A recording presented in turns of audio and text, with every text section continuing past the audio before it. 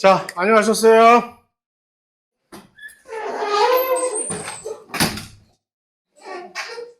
집이 좀 좁다. 네. 어떻게 해, 뭐. 이 각도 이거 괜찮아요? 이게 좀 이쪽으로 좀 와야 될까, 센터로? 괜찮아요? 그럼 이대로 놔둘게요.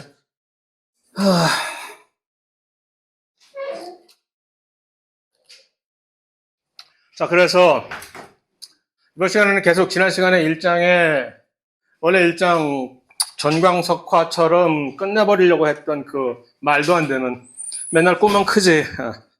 그것을 계속해서 나가고 혹시 기적이 일어나서 이게 끝나면 2장도 어제 밤에 올렸나 내가? 오늘 아침에 새벽에 올렸나? 2장도 한번 쭉 나가볼까 하는데 그것은 이제 일단 기적은 아무 때나 일어나는 것은 아니니까 지켜봅시다. 어떻게 될지. 그래서 일단 식물이 지난 시간에 언급했던 식물을 한 4주 정도를 원래 강의 계획서상으로 보면 4주 정도를 식물에 대해서 막 하게 돼 있는데 그거 사실 좀 웬만한 일 아니라고 했죠. 일단 재미없단 말이야, 식물. 누가 식물에 관심이 있어. 식물을 전공했다고 하는 이런 인간조차도 식물은 관심이 없네, 사실. 동물이 훨씬 친근하지. 근데 이걸 어떻게 뭐를 가지고서 동기부여를 해야 여러분들이, 수업 중간에 안 뛰쳐나가고, 도저히 못 해먹겠다 그러고 뛰쳐나가면 어쩔게야. 그러면 아니면 자버리고, 뭐. 자는 거야 할 수 없어요, 사실. 괜히 얘기했다. 자는 거야 누가 뭐라 그래. 그런데 어쨌든. 그래서, 일단 뭔가 동물하고, 특히 사람을 중심으로 한 동물하고 식물하고의 뭔가 고유한 특성 같은 거를 비교를 하면서 그걸 중심으로 해서 해야 될 거 아니겠어요? 그래서 그러면 식물에 대한 고유한 동물이 여러분들한테 제공해주지 못하는 식물의 특이점을 딱 두 가지만 중심으로 뭐 내 생각과 여러분 생각이 여러분 막 당연히 다르겠지만 혹시 여러분들의 고견은 어떨까 싶어서 두 가지 중심어가 식물만이 여러분들한테 가져다 줄 수 있는 두 가지 중심어 뭐가 있을까? 동물에서 볼 수 없는. 둘 다 한 글자요. 공교롭게도. 그건 네 생각이고, 라는 얘기죠. 사실 내 생각이에요. 맞아. 내 생각. 그런데 얘는 또 왜 이렇게 깜빡거리냐. 아휴, 속 안 새길 일이 없어요.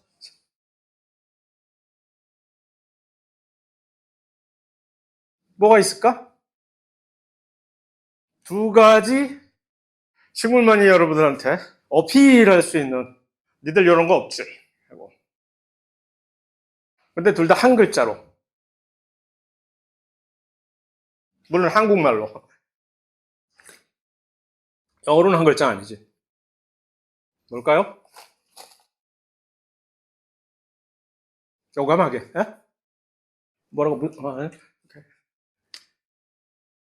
하나는, 물론 이거는 뭐라 그러지. 내가 이걸 쓰자마자, 에이, 말이 되냐. 지난 시간에 네가 그렇게 얘기했잖아. 식물이 꼭 이런 것만 있어? 하지만 어쨌든 사람들이 일단 일반화. 스펠 맞냐, 이거? 꽃?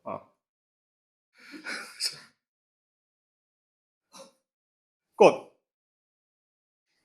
물론, 그러니까 이게 여기서 막 경도가 되는 거예요.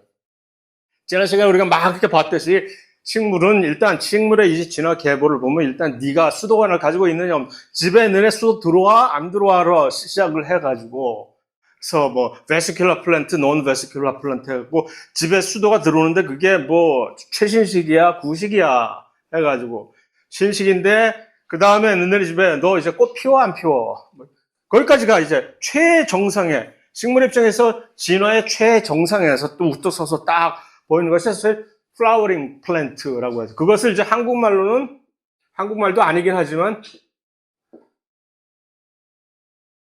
중국어이긴 하지만 현화식물이라고 얘기를 하는 거죠. 플라워링 플랜트.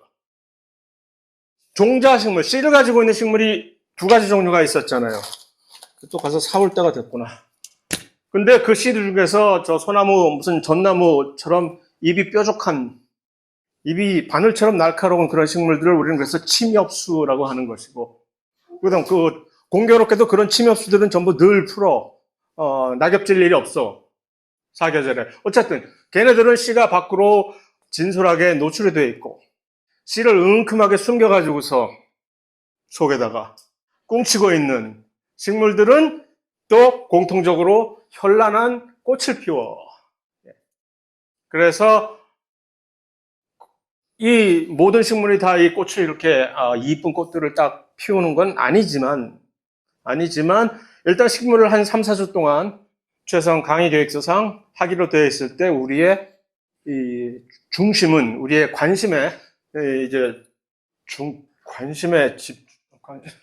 관심의 중점은 그 소위 꽃피는 플라워링 플랜트에다가 둘 수밖에 없다라는 것이죠. 일단 식물 중에서는 가장 최소한 가장 뭐 또 큰일이 생기기 전에는 가장 최근에 진화가 된 그런 식물들이긴 하지만 누가 알아요?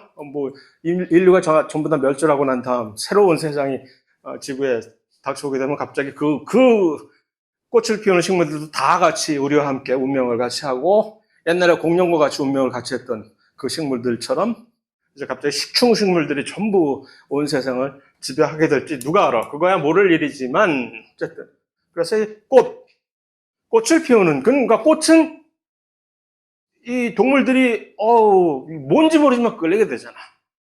그러라고 꽃을 피우는 거지만 뭔지 모르는 게 이쁘다 하고 거기다 그 꽃에 대해서 일단 그 다음에 또 한 가지 식물이 그러면 동물에 비해서 니들 요거는 없지? 하는 거. 꽃과 뭐지?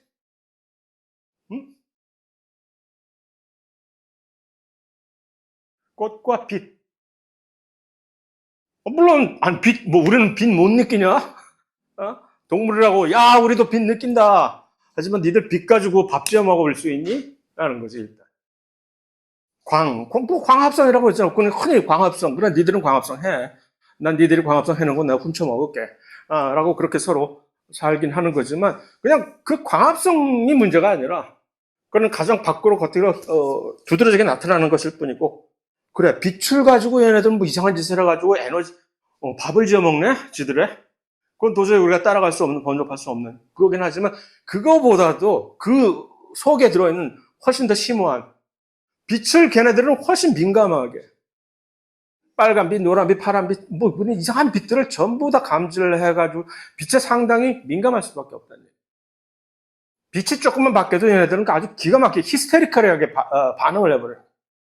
그냥 빛이 있나 보다. 그래, 뭐 따라가자. 그리고 빛이 있으면 광합성 하고 그런 게 절대 아니에요. 그러니까 빛에 대해서 민감한 그 센서 같은 것들을 연구할 때는 식물을 일단 연구를 하게 되는 거예요. 사실 그래서 이 광수용체라고 포토 리셉터라고 하는 여러 가지 다양한 단백질들이 식물들은 고유하게 쫙 가지고 있는데 그거를 요즘은 동물의 생물학 쪽에 옛날에 20세기 초반만 하더라도 꽤 두드러진 식물학자들이 꽤 많이 있었는데 제 분야에서만 하는 얘기입니다. 딴 데는 난 모르니까 제 분자 생물학 쪽에서만 하는 얘기인데 식물 쪽에서도 꽤 두드러진 노벨상도 받고 막 하는 그런 유명한 과학자들이 있는데 다 소멸해버리고 지금은 동물과 비교해서 식물의 이 과학의 발전 단계가 도저히 따라갈 수 없을 정도로 이렇게 낙후가 되어 있습니다. 그런데 이제 동물 쪽에서 이렇게 막 하는 그분들이 이걸 가지고 얘네들 좋은 거 가지고 있네? 하고 식물에 있는 광수용체들을 전부 가져다가 동물에다 심어가지고 동물이 그 이상한 빛에 대해서 갑자기 반응을 뿅뿅뿅뿅 해가지고 뭐 하는 희한한 괴물들을 만들어내고 있는 세상입니다. 그러니까 그렇게 식물이 특이하게 가지고 있는 뭐 그런 게 있구나 해가지고 그거를 다 하는 거죠. 그러니까 그들도 식물에 대해서 조금 공부를 했으니까 이게 있고 그것을 어떻게 갖다가 쓰면 되는지를 알았다는 조금 위로가 되려나? 그러니까 여러분들도 식물을 내가 소개할 때 너무 기분 나빠하지 말아라 하는 것에 대해서 자 어쨌든 그래서 각설하고 관점에서 볼 때 이제 그럼 일단 보통 우리가 생물체를 볼 때 이것을 보게 되잖아요. 먼저 관심. 이 빛과 꽃, 다 뭐 좋은 얘기지만 꽃은 추가적으로 얘기하면 꽃에 대해서 꽃이 왜 그렇게 우리가 식물에 있어서 꽃이 왜 그렇게 중요하다고 생각하고 꽃을 컨트롤을 막 하려고 하거든. 우리. 꽃을 컨트롤하려고. 왜 꽃이 그렇게 중요할까? 우리의 입장에서. 그들에게 입장에서는 정말 중요하지. 식물의 입장에서는 꽃이야말로 없어서는 안 될 중요한 입장을. 현화 식물에 관한 얘기입니다. 다시 말해서. 식물이 전부 꽃을 피우는 식물이 절대 아니지만, 요것만 식물이 전부 이렇다라고 가정하에 사실 우리 책도 그렇게 돼 있어서. 처음에 이런 식물들이 있다. 차근차근 이렇게 양해를 구하지 않고 거기에 분개해가지고 제가 지난 시간에 양해를 구한 것이고 식물이 다 이런 식물만 있는 게 아니다. 근데 그냥 여기선 뜬금없이 갑자기 모든 식물들이 전부 꽃만 피우는 그런 식물인 양 무슨 뭐 이렇게 나가고 있는데 어쨌든 그렇다 좋아. 네가 그래 식물을 대표주자 해라. 이번 학기 동안만큼은 네가 식물의 대표다라고 했을 때 왜 꽃을 그렇게 꽃이 도대체 뭐간데 우리 인간에게 그냥 이뻐서 왜 우리가 꽃을 그렇게 중요하게 식물의 꽃을 중요하게 여길까? 꽃에 대해서 막 연구를 해요. 정말 엄청나게 많이 연구를 해. 왜 그럴까?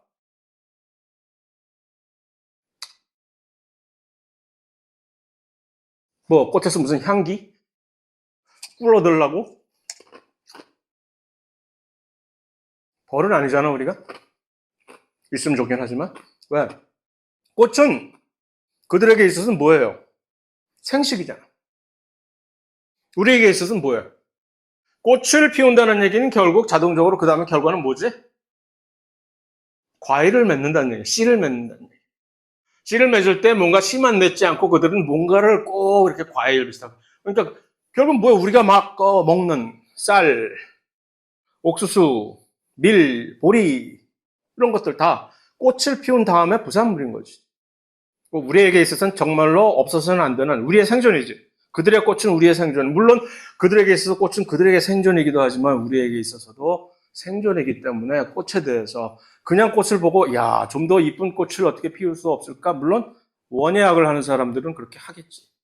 하지만 실제로 정말로 가장 중요한 꽃에 대해서 관심을 가지고 하는 일은 꽃을 어떻게 컨트롤 해보려는 거지. 예를 들어서 꽃을 피울 때 벼 같은 게 예를 들어서 뭐 요즘 뭐 시중에 돌아다니는 벼들은 모내기를 무슨 봄에 한 5, 6월에 한다고 치면 꽃을 피워가지고서 거기다가 종자를 씨를 맺어서 결국 우리가 먹을 수 있게끔 추수를 할 수 있게끔 되는 건 10월 달이나 돼야 10월 11월이나 돼야 할 수 있잖아. 1년에 이런 온대 지방에서 부지런 떨어봤자 따뜻한 데서 겨우 2번 1년에 농사 짓는다는 얘기인데 만약에 그걸 꽃을 예를 들어서 얘가 싹을 내자마자 곧바로 조금 있다가 뭐냐 으쌰으쌰 해가지고 한 달 만에 꽃을 피우게 벼가 됐다고 생각을 해봅시다. 그럼 달달이 우리는 추수를 할 수가 있는 거예요. 그러니까 그런 식으로 이 시기, 꽃을 피우는 시기를 컨트롤을 한다는 얘기는 우리가 그들의 생산성을 컨트롤해서 우리의 식량을 확보하겠다는 아주 원대한 꿈을 원대라고 표현하기는 조금 좀 이상한데 좋은 말이 생각이 안 나서 그랬다는 얘기고 그래서 그와 이제 연관이 돼가지고 지금 이 슬라이드 계속 여기서 지루하게 기다리고 있는데 세 가지의 무슨 분열 조직, 세포벽, 개체 형성능 이런 것들이 있는데 식물 발생 그러니까 생장에 있어서 생장은 뭐고 성장은 뭐래요? 성장 키 컸으면 좋겠네 성장 그런 것 같은데 생장이라니 뭘까? 성장은 이거지 당연히 그로스 크는 거야 크는 거 그런데 생장이라고 할 때는 한국말 생장은 뭘까? 그로스에다가 또 한 가지가 뭐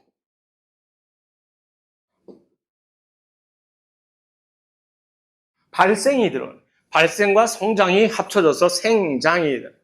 그러니까 그냥 등치만 커지는 게 아니라 세포들이 점점 수를 불려나가면서 교묘하게 달라지는 거, 발생, 그게 디벨롭먼트. 그래서 처음에는 뭐가 뭔지 모르게 얘네들이 계속 세포 분열을 하네, 미친 듯이. 뭐야, 미친 거 아니야? 하고 하는데 갑자기 세포 분열을 하다가 나중에 뿅 보니까 이상한 걸 만들고. 그러니까 줄기가 갑자기 있었는데 갑자기 여기서 뭔가 이상한 봉우리가 나오네? 하다가 세포 분열을 하다 보니까 갑자기 확 꽃이 피네? 밤새? 뭐, 이렇게 변화하는 거. 그러니까 물론 그런 변화에는 당연히 물론 이 세포 분열을 통한 세포 분열과 세포의 신장을 통한 이 그로스라고 하는 이 성장이 물론 깔려 있어야만 되지만 거기서 끝나는 게 아니라 그것만으로는 부족하고 그러면서 일단 각각이 자기의 목적에 맞게 변화해야 되는 거지. 그것을 우리는 발생이라고 하는데 그런 이 생장 측면에서 봤을 때 식물이 동물과 비교해서 조금 특이한 이런 것들 세 가지 요거 세 가지만 물론 특이하겠냐면은 가장 눈에 먼저 딱 머리에 뇌리에 떠오르는 요 세 가지가 하나는 분열 조직 또 하나는 세포벽 그거야 뭐 오케이 뭐 세포벽 니들 세포벽 가지고는 옛날부터 내가 알고 있었어 하는 거 그다음에 개체 형성능 이건 뭐야 개체 형성능이라 일단 분열 조직이라는 게 뭡니까 식물은 분열 조직을 가지고 있다 영어로 메리스템이라고 하는 분열 조직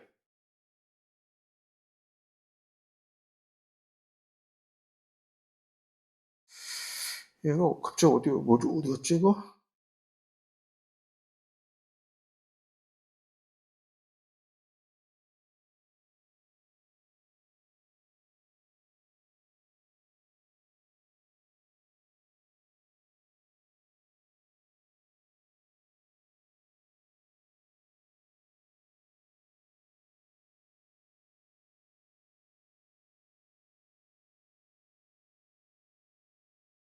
분열 조직이라고 하는 것은 일종의 동물에서 보면 줄기세포하고 좀 비슷하다고 할까? 줄기세포가 우리 몸에 있어 줄기세포는 무슨 일을 해줍니까? 일종의 우리의 저수지, 레저부어라고 하는 그 저수지 역할을 해주는 계속해서 뭔가 필요할 때 계속해서 공급을, 세포는 공급을, 세포 분열을 계속해서 해줄 수 있는 어떤 근간이잖아요. 우리의 줄기세포는. 그런데 문제는 그게, 모든 우리의 몸 전체가 줄기세포화 될 수 있으면 얼마나 좋을까마는 도룡뇽처럼 꼬리가 잘려도 갑자기 또 꼬리가 막 튀어나오고 그러지 않고 우리는 가다가 팔이 하나 잘려버리면 그다음부터는 팔이 없어진 채로 살 수밖에 없는 팔이 잘린 다음에 갑자기 여기서 줄기세포가 다시 나가지고서 팔이 쑥쑥쑥쑥 하면 얼마나 좋을까. 그래서 그것 때문에 이 줄기세포를 연구를 엄청나게 많이 도롱뇽 같은 거 도롱뇽은 어째서 갑자기 여기서 이제 꼬리가 잘려도 팍팍 날까? 팔만 아니라, 그러니까 꼬리뿐만 아니라 도롱뇽 같은 경우에는 팔다리가 잘려도 그렇게 거기서 갑자기 줄기세포화 해가지고서 이게 다시 팔다리가 쑥쑥 나오거든요. 그래서 한 20, 30년 전에 벌써 꽤 많이 과학자들이 관심을 가지고 거기에 막 연구를 얘네들은 어떻게 이렇게 할고 우리는 왜 그게 안 될까 하고 그거 누가 그 연구에 돈을 가장 많이 댔을까? 미국 얘기예요. 제가 좀 미국에 있을 때 어느 부처에서 그걸 가장 많이 됐을까? 미국 국방성에서 돈을 가장 많이 연구를 해서 그럼 상위 군인들 많이 줄일 수 있을 거 아니야. 국방성에서 그런 돈을 댈까? 열심히 나가서 싸워. 걱정하지 마. 너 팔다리가 잘려도 넌 다시 살아날 수 있어. 하고 용감한 군인을 만들어줄 수 있으니까. 해서 그랬는데 식물은 그게 이런 분열 조직 자체가 꽤 우스워요. 왜냐하면 그 분열 조직 자체가 어디서든지 갑자기 분열 조직화해서 사실 분열 조직과 개체 형성능이 식물은 매우 밀접한 관련. 한국은 동물은 그게 안 되는 거지.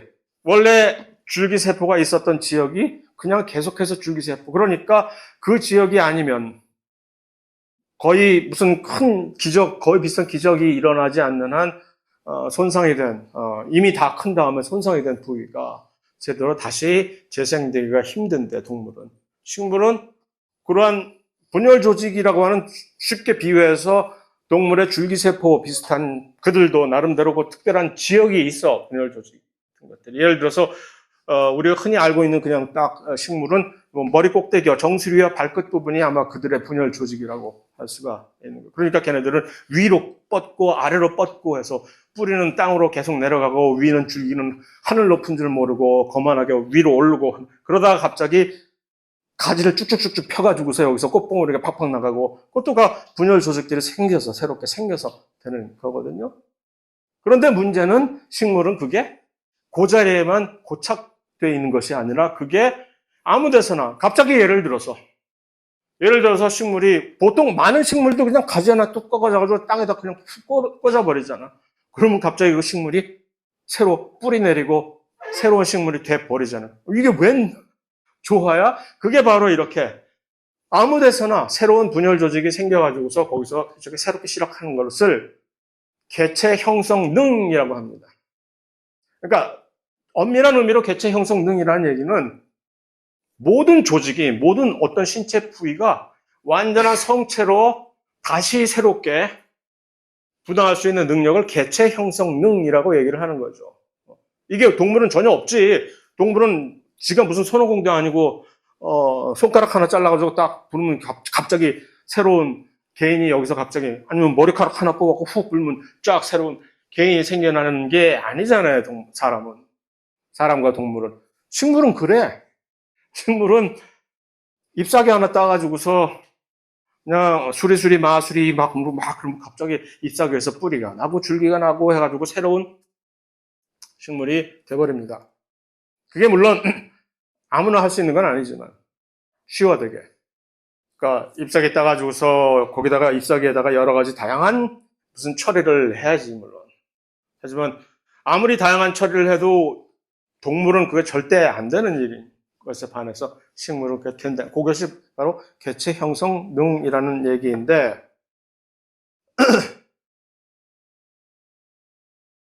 그러한 개체 형성 능을 가지고 있는 그런 것을 조금 학구적인 얘기로 전분화 능이라고 하는데 그거야 뭐 나중에 여러분들이 그냥 찾아보면 될 수 있는 것이고 왜 이렇게 됐니 얘네들은 그게 훨씬 유리하니까 그렇지 도망을 못 가잖아 도망을 그냥 한번 뿌리를 어느 곳에 묻으면 거기서 너는 여기서 이제 뼈를 묻는다라고 식물은 결국 움직일 수 없는 게 그게 가장 큰 치명적인 약점이라 그러니까 이걸 어떻게든 자기가 커버를 하려면 세포 벽도 만들어서 조금 튼튼하게 보강도 하고 그거 아주 안 되잖아. 세포벽이 아무리 두꺼워도 지가 결국 와서 사슴이 와서 뜯어먹으면은 그냥 먹히는 수밖에 없는 거 아니야.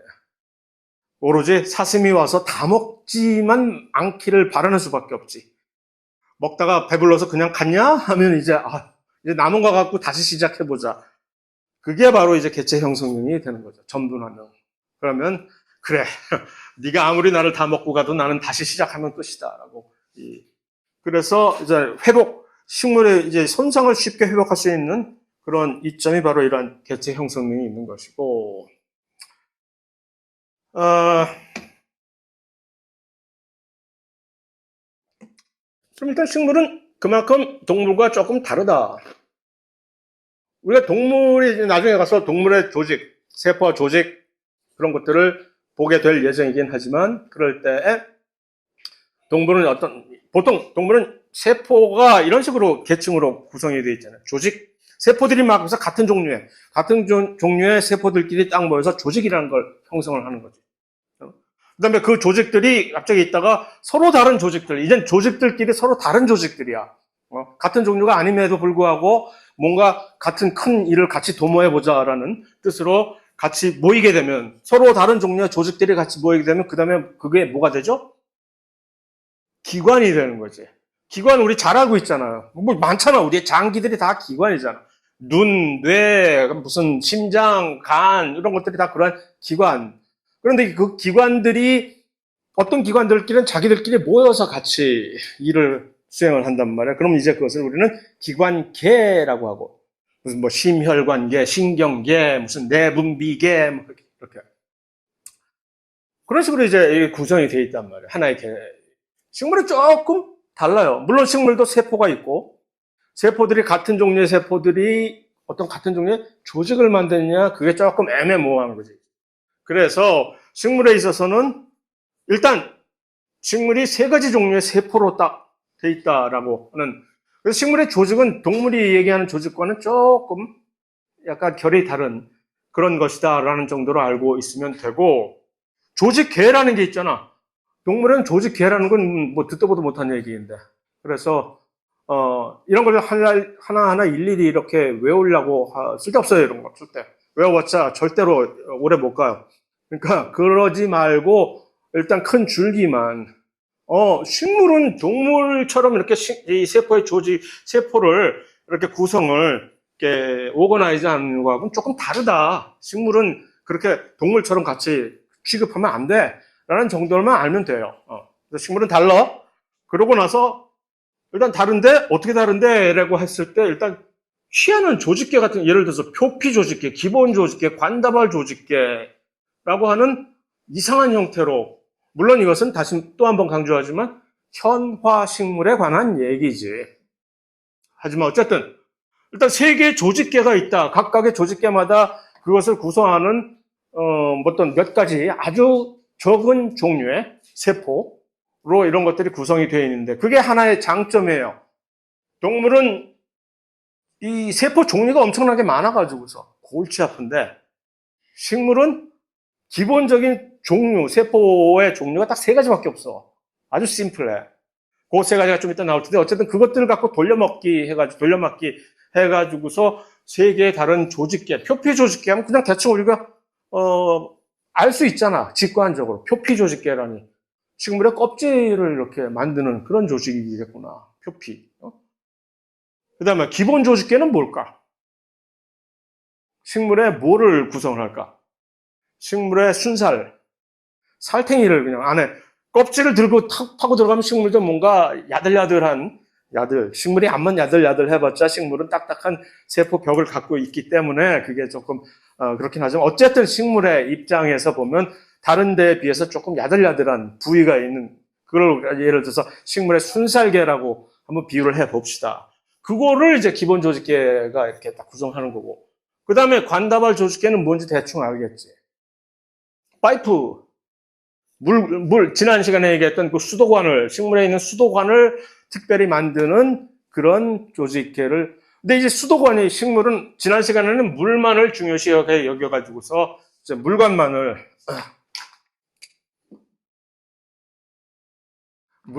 강조를 했지만, 식물에 있는 요 관이, 그런 통로를 이루는 우리의 혈관처럼 말이에요. 마치 두 종류의 관이 있잖아요. 물관과 뭐가 있지?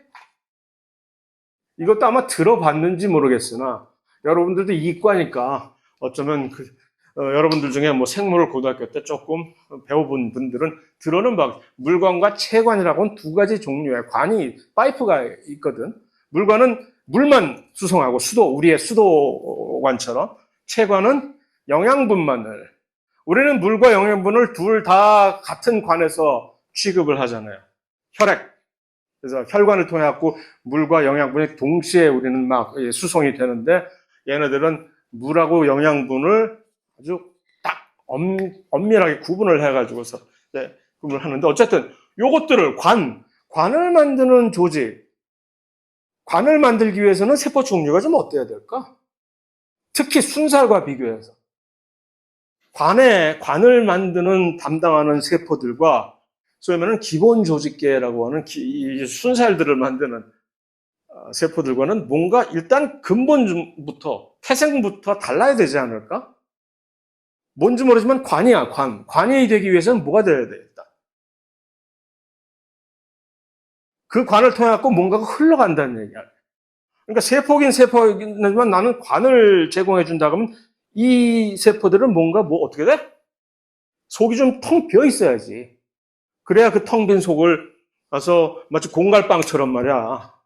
밖에서 보기에는 어휴 하는데 열어보니까 아무것도 아닌 공갈빵처럼 속이 텅 비어 있어야 되고, 그 다음에 그 관을 통해 갖고 뭔가 움직이니까 최소한 관 기둥을 제공해주는 소위 말하는 세포 벽들이 좀 두꺼워야 될 거 아니야. 튼튼하게. 그러니까 그런 관다발 조직계, 그러한 특성을 제공해 줄 수 있는 타입의 세포들로 관다발 조직계가 만들어질 것이고, 표피 조직계는 또 그와는 비슷하게 일단 표피 조직계가 바깥쪽을 형성을, 최전선을 우리가 담당하는 식물의 최전선을 담당하는 세포들이니까 얘네들 또 어때야 돼? 일단 두꺼워야 될 거 아니야. 일단 누가 아무나 뭐 모기 같은 것들이 와서 빨대 꽂고 그냥 쑥 들어갈 때 푹 뚫리는 그런 거는 안 될 거 아니야. 물론 모기는 피 빨아먹지 수액 빨아먹지는 않지만 어쨌든 많은 곤충들이 와서 빨대 꽂고 식물에 앉아서 빨대 꽂고 지금 막 뽑아가는 마당에 표피 바깥쪽에 있는 그런 표피 조직계라는 소위 표피 조직계라는 애들을 담당하는 세포들이라면 최소한 이들도 뭔가 두터운 벽을 가지고 있어야 돼요. 다만 같은 두터운 벽이지만 관다발 조직계와 다른 점은 관다발 조직계는 공갈빵인데 얘들은 속도 안 비어 있겠지 아마. 속도 탄탄하게 있으면서 그런 거. 그다음 기본 조직계는 그 안에 그 안쪽에서 안주하는 바깥쪽에 있는 표피 조직계가 이렇게 제공해주는 이러한 보호막과 그다음에 중간에 이 관다발 조직계는 식물에 있어서 식물의 바깥쪽에 무슨 파이프가 있지는 않을 거 아니에요. 왜냐하면 식물에 있어서는 이 파이프가 엄청나게 소중한 자산이잖아. 이거 잘못 손상되면 그들에게 있어서는 죽음인데. 그러니까 요 관다발 조직계 같은 건 안쪽으로 뭔가 깊숙한 곳에 감춰둘 것이고 그 중간을 사이를 이제 마치 소파에 스토프 채우듯이 기본 조직계 같은 순살 세포들이 꽉 채워가지고서 전체적인 식물을 구성하는 요 세 가지 조직계가 있다. 그 정도입니다. 그리고 디테일은 굳이 관심이 있으면 조금 더 디테일로 들어가서 그래서 단순 조직에 세 가지 종류의 세포가 있다. 유조직, 후각조직, 후벽조직. 앞만 봐도 까먹고 또 까먹고 또 까먹고 하는 이름 자체가 용어가 이게 저는 요 이름을 영어로 배웠기 때문에 영어로는 안 까먹는데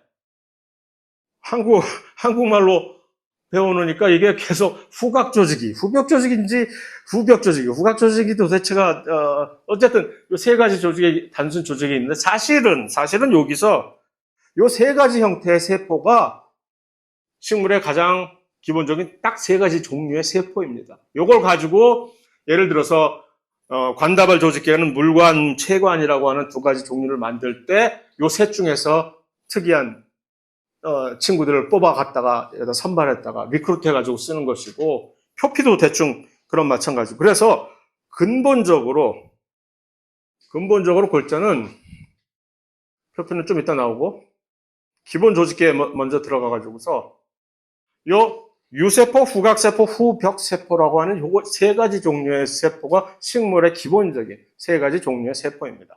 되게 간단한 거예요.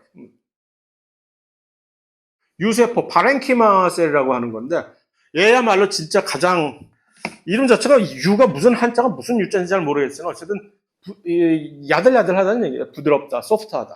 그래서 파렌키마 셀이라고 하는 요 유세포는 세포벽 자체가 매우 얇기 때문에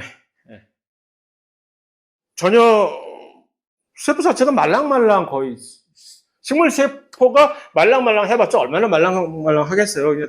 세포벽이 있습니다. 그럼에도 불구하고 세포벽이 얇기 때문에 1차 세포벽 딱 하나밖에 없어요. 한 층에 1차 세포벽밖에 없기 때문에 그리고 그 안쪽에서는 이 친구들은 계속해서 이게 이제 키워드예요.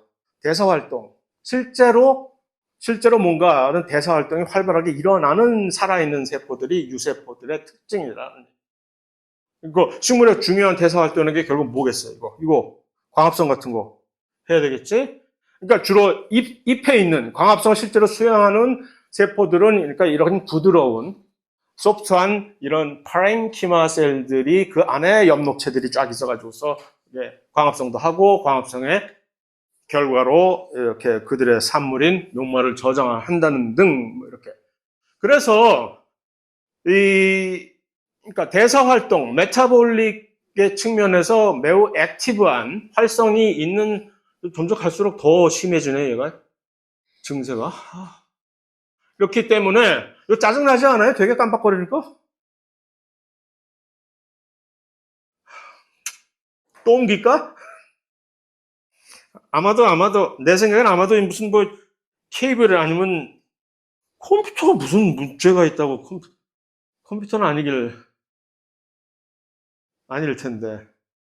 이, 나도 짜증나서 못 견디겠는데 이걸 가만 봐야 되는 사람 입장에서는. 어쨌든, 결국 좀 전에 언급한 그 분열 조직이라는 것들은 결국 무엇으로 되어 있을까? 이 메리스템은 결국 이런 파렌키마 셀들이겠지. 그러니까 분열 조직을 하려면 그 안에 있는 대사 활동 자체가 매우 액티브해야 될 거 아니에요. 그래서 그런 것들. 그래서 메리스템이라고 우리가 딱 지칭을 할 때는 얘네들이 그러니까 다시 말해서 아까 얘기한 개체 형성용으로 갑자기 있다가 뜬금없이 어느 지역에서 새로운 분열 조직이 형성돼 가지고서 얘네들이 막 뭔가 새로운 생장이 거기서 일어난다 하고 할 때 그것이 발생하는 지역이라는 것은 결국 아까 얘기한 무슨 표피 조직계라든가 무슨 뭐 반다발 조직계에서도 사실은 그게 발생을 하긴 하지만 그 안에서 실제로 그것을 일으킨 세포들은 결국은 그들의 세포 타입은 요 파렌키마, 유세포라는 것만 알고 있자라는 점입니다. 그래서 뭐 끝. 그다음에 이제 콜렌키마라고 하는 요 세포, 후각세포. 그다음에 좀 마지막 종류의 세포는 스크로렌키마라고 하는 후벽세포인데 발음이 비슷해가지고서 한국말로 후각, 후벽을 자꾸 헷갈리게 되는데 어쨌든 얘는 두꺼워요. 두꺼운 세포인데 두꺼운 정도가 조금 중간층 그 정도라고 알고 있으면 되고 그 다음에 이것을 외우기 가장 좋은 것은 샐러리 줄기. 샐러리 줄기가 좀 희한하게 생겼다. 그거 되게 질긴 줄기들이 안에 샐러리를 뚝 끊어보면 그 안에 이상한 것들이 있어고 그거 샐러리 줄기 씹으려고 그러면 그거 짜증나잖아. 그 줄기들이 샐러리의 그 아주 질긴 그 줄기들이 전부 요 후각세포들의 대표적인 그 후각세포로 되어 있는 것입니다. 그러니까 후각세포가 뭐지라고 잘 기억이 안 날 때는 샐러리 그 줄기를 생각하시면 됩니다. 아, 그렇게 되어 있구나, 얘네들이. 그래서 결국 두껍다. 좀 전에 얘기한 그 유세포들, 파렌키마 셀들은 그냥 야들야들 그냥 대사 활동을 마구 하고 있는데 이 세포들은 뭔가 이제 프로텍션을 보호를 구조 자체를 좀 튼튼하게 보호를 해주는 그런 역할을 해주는 세포들이니까 벽이 두꺼워야 되겠지. 그래서 그게 그 얘가 뭐가 있을까 하면 샐러리 줄기를 연상을 해보라 하는 얘기입니다. 그래서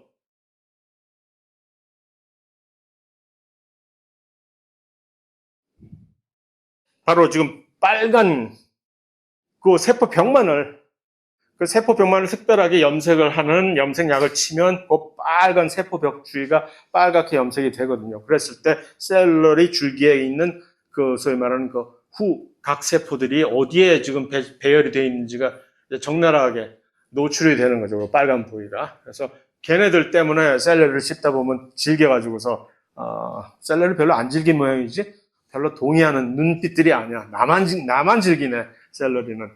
오케이, 알았어. 어, 최종적으로 가장 두꺼운 세포입니다. 후벽세포는 스크로렌키마인데 얘들은 엄청 두꺼워요. 세포벽이. 두꺼우면서 일단 이게 왜 또 안 나오니 이거? 어. 죽어. 처음에는 물론 세포가 처음에 생겨날 때는 죽으면 안 되겠지. 뭐도 만들고 벽도 두껍게 쌓고 하려면 그때까지는 살아 있어야 되겠지만 일단 그것이 임무가 다 완성되면 마치 우리의 혈액세포처럼 우리의 혈액세포도 사실은 완전히 성숙한 다음에는 핵이 없어져 버리잖아요.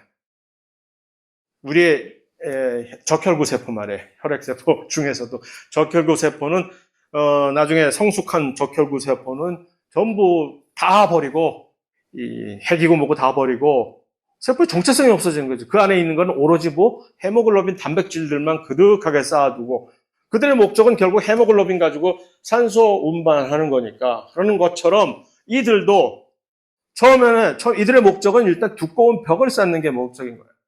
왜? 벽을 엄청나게 두껍게 만들어갖고 이제 어떤 강도를 제공해야 될 지역에 이렇게 제공을 해주고 그 다음에 특히 나중에 죽어버린다는 얘기는 뭘까? 속을 다 비워버릴 수가 있다는 얘기죠. 결국 좀 전에 얘기한 물관, 체관, 같은 거를 만드는 데는 누가 사용이 될까? 바로 얘네들이 사용이 되는 거예요. 물관 같은 거 만들 때 바로 이 후벽세포가 제공을 해주면서 나중에 속을 다 비워버리고 죽어버리고 그러면 딱딱한 두꺼운 벽만 남는 거죠. 그래서 그 안쪽으로 물들이 쫙쫙쫙쫙 왔다 갔다 할 수 있는 그야말로 관이 되는 거지. 수도관 같은 거 본 적 있잖아요. 그러면 속은 텅 비어 있고 바깥에 두꺼운 콘크리트가 있는 걸 그거를 몇 개를 계속 연결을 해서 수도관이 만들어지는 거잖아. 옛날 어릴 때 대학 때 시기 어린 철없는 대학 시절에 한국에서 술 먹고 집에는 그때는 통금이 있던 시절이라서 집에 못 가게 되면은 길바닥에서 어딘가 자야 되는데 가장 자기 좋은 장소가 그런 바깥에 버려진 그런 수도관 같은 그런 것들 그 안에 들어가서 딱 자고 있으면 정말 따뜻하고 괜찮았어요. 진짜. 왜 그러고 살았을까 참 지금은 웃기는데 자 그래서 일단 강도 그렇게 서포트 지지 뭐 그건 알겠고 그래서 그런 걸 가지고 이제 대표적으로 물관 같은 거를 만들고 그 다음에 또 물관 채관이 아니더라도 그런 두꺼운 벽을 가지고 있는 것들은 어떤 특정한 지역에서 이 구조를 보강을 해주는 구조적으로 보강을 해줄 때 필요한데 우리가 흔히 잘 알고 있는 무슨 뭐 예를 들어서 알몬드 껍질 같은 거 알몬드 알 씹을 때 딱딱한 그 부위도 물론 그렇지만 훨씬 더 이 후벽 세포를 혀에서 훨씬 잘 느낄 수 있는 데가 배예요. 배. 배는 과일인데 아주 부드럽잖아. 그런데 배를 씹다가 보면 도돌도돌하게 딱 이상한 딱딱한 이런 돌기 같은 알갱이들이 씹히잖아. 걔가 바로 후벽세포. 배 안에도 그런 후벽세포들이 딱 존재를 해 있는. 그만큼 딱딱함을 제공을 해 줄 수 있는 게 후벽세포의 특징입니다.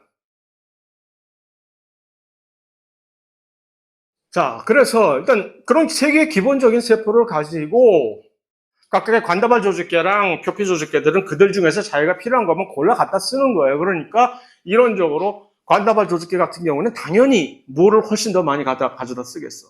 후벽세포 같은 것들을 갖다 많이 쓰겠지. 그래야 딱딱한 벽과 안쪽에 속이 텅텅 빈 그런 것들을 가지고 이제 요 배관 파이프 그다음에 그 파이프를 통해 갖고 수송을 하는 건데 그러니까 물을 수송하는 그러한 조직을 우리는 물관부 영어로 xylem이라고 하고 양분을 여기서 말하는 양분이란 무엇이지? 광합성 산물인 거예요, 주로. 광합성을 한 다음에 이거를 이제 광합성을 못한 우리의 불안 형제들한테 갖다가 날라줘야 될 거 아니야. 광합성을 실제로 한 잎 부분에서야 뭐 걱정할 거 없잖아. 물은 공급 받았겠다. 이제 쌓아둔 먹을 건 풍부하겠다. 나 혼자 잘 먹고 살면 끝이지만 이 다세포 생물로서의 이 식물 입장에서 그렇다가는 같이 공멸을 하는 거니까 일단 갖다 줘야지. 광합성을 못하는 저 뿌리에다가도 갖다 전달을 해 줘야 되고 그 다음에 광합성을 아직 제대로 못하는 이제 싹 튼 지 얼마 안 되는 아주 여린 잎사고들도 있을 것이고 하는 그런 부위들은 한테 이제 계속해서 공급을 해 줄 때에는 이러한 채관이라는 그런 수송 파이프를 통해서 갖다가 줘야 되는 거죠. 어쨌든 그러니까 물관과 채관은 둘 다 기본적으로 그러한 이 후벽 세포를 중심으로 한 두꺼운 벽과 속이 텅텅 빈 그런 세포들로 이루어져 있겠다 하는 것이고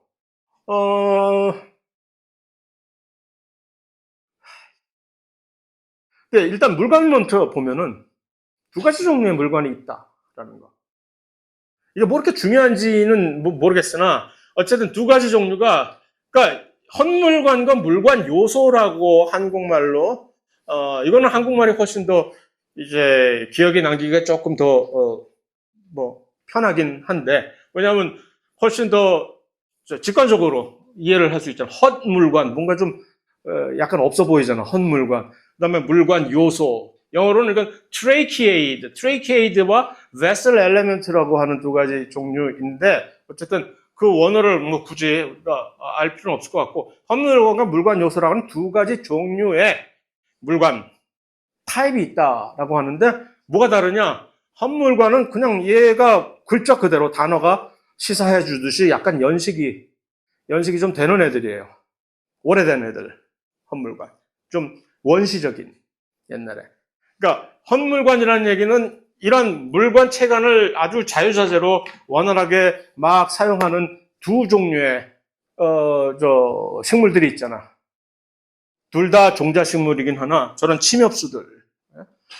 침엽수들과 이런 현화식물들 있는데, 이 침엽수들 같은 경우는 이제 헛물관이 전부, 자기들이 가지고 있는 물건은 전부 헛물관이에요. 그런데 거기서 이제 조금 더 진화가 된, 연식이 조금 이제 최신형인 이 현화식물들은 둘 다를 가지고 있어요. 헛물관도 가지고 있다가 요거보다 조금 더 좋은 걸 얘네들이 이제 개발을 해놔서 쓰고 있다고 보면 되겠지. 그래서 이 물관 요소는 조금 더 진화된, 진보된 형태의 물관이다라고 보면 되겠어요.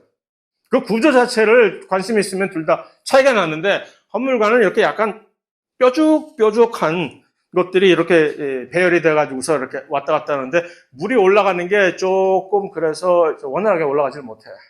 근데 어차피 이 침엽수들은 어차피 잎사귀들이 전부 바늘처럼 되어 있기 때문에 물 유실이 크지 않거든. 조금 먹고 조금 낭비하는 거야. 그러니까 이들은 그렇게 물관 자체가 효율이 조금 떨어져도 아무 문제가 없이 잘 살고 있는 거지. 근데 이제 이 현화식물들은 잎들이 전부 넓적넓적하잖아. 그 넓은 이 잎에서 물이 계속 빠져나가는 거지. 그러니까 잘못하면 땅에서 물 끌어올리기도 전에 물 전부 다 공기 중으로 수증기로 전부 증발돼서 뺏기기 십상이란 말이에요. 그러니까 그 물관 자체가 훨씬 더 잘 효율적으로 발달이 된 것을 탑재하는 것이 중요한 것이지. 그래서 물관 요소라고 하는 최신형을, 물론 구형도 같이 가지고 있긴 해요. 그래서 이제 현화식물에서는 두 종류 다, 헛물관과 물관 요소를 둘 다 가지고 있으나, 그래도 그 중에서 훨씬 더 그들의 입장에서 훨씬 더 나는 너만 믿어 하는 게 바로 이 물관 요소겠지. 그죠? 구조에 대해서 차이가 있고 뭐 이렇게 되는데, 뭐 그거는 시간 있을 때 보세요. 자, 뭐 물관에 대해서 대충 그 정도면 됐어. 체관도 비슷한데, 관인데, 근데 물관과 대조적으로 다른 것은 체관에는 전부 다 죽은 세포만 있는 게 아니다. 아직도 살아있는 세포가 있어, 체관은. 왜냐하면 체관은 왜 아직도 살아있는 세포가 옆에서 같이 구성을 해줘야 되냐면, 그러니까 체관은 대사활동이 아직도 뭔가 물관처럼 그냥 수동적으로, 그래 물 들어와 가지고 나는 그냥 통로 역할만 해주면 돼 하는 게 아니라, 얘네들은 그들의 양분을 잎에서 그 양분을 기다리고 있는 불우한 이웃들한테 전달을 해주기 위해서는 뭔가 좀 개인기를 발휘를 해야 되거든. 그 개인기가 우리는 것을 이제 일반 생물학 1에서 혹시 이거 배운 거 알아요? 기억나요? 능동수송이라는 거? 능동수송이 뭐죠? 에너지를 써가지고서 실제적으로 뭔가를, 원래 안 되는 거를, 이거 아예 안 돼 할 때 돈 찔러줘가지고서 이렇게 되게끔 해주는 게 능동수송이잖아. 그래서 그거를 하려면 대사 활동이 제대로 살아 있어야만 이게 에너지를 사용해야 되니까. 그리고 살아있는 세포와 죽어있는 세포의 가장 큰 차이는 바로 그거지. 에너지를 내가 활용을 할 수 있느냐, 아니면 그거조차도 못하느냐가 이제 삶과 죽음의 갈림길인데, 그러니까 이 에너지를 이렇게 사용을 해야만 되니까, 수송을 할 때.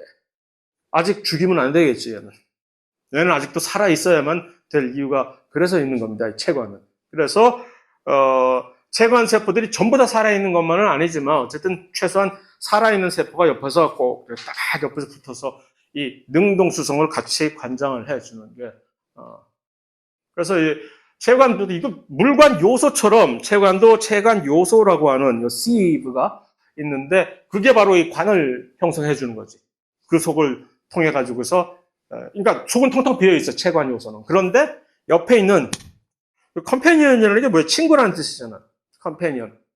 동반세포라고 한국말로 되어 있는 요 컴패니언 세포는 동반세포는 살아있는 세포예요. 바로 여기서 능동적으로 능동수성을 통해 가지고 바로 이 체관 요소에다가 이 양분들을 이렇게 적재를 해줘야만 되는 것이기 때문에 이 두 개가 같이 세트로 체관을 구성을 하는 것입니다. 자, 시간이 됐어요. 10분을 쉬어야 될 것 같아요. 여기서 끝나고. 역시 기적은 안 일어날 것 같아. 모르겠다. 어쩌면 2장까지 올라갈 수 있을지도. 어쨌든 10분 쉬고.